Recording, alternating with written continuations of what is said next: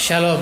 Tot procés vital passa necessàriament per 3 etapes que ara descriuré relacionant-les amb Yom Kippur. Les etapes són voluntat, esforç i resultat. L'etapa de voluntat dibuixa el capteniment de la persona a l'hora de perseguir el resultat buscat. En el cas de Yom Kippur, el que cerquem és el perdó del Creador.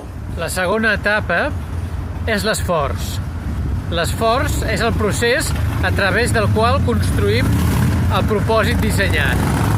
En el cas de Yom Kippur, el construïm a través del dejuni, el construïm a través de les oracions i a través del compliment de les prohibicions del dia determinat. I finalment tenim el resultat. El resultat és la consecució del procés, que en el cas de Yom Kippur consisteix en obtenir el perdó del Creador i eventualment preparar-nos per la millora que ha de procurar-nos l'any que comencem. Precisament el toc del xofar, la paraula xofar, està relacionada amb el verb lechaper, que vol dir millorar. Esperem, doncs, que aquest nou any que encetem ens representi una millora substancial.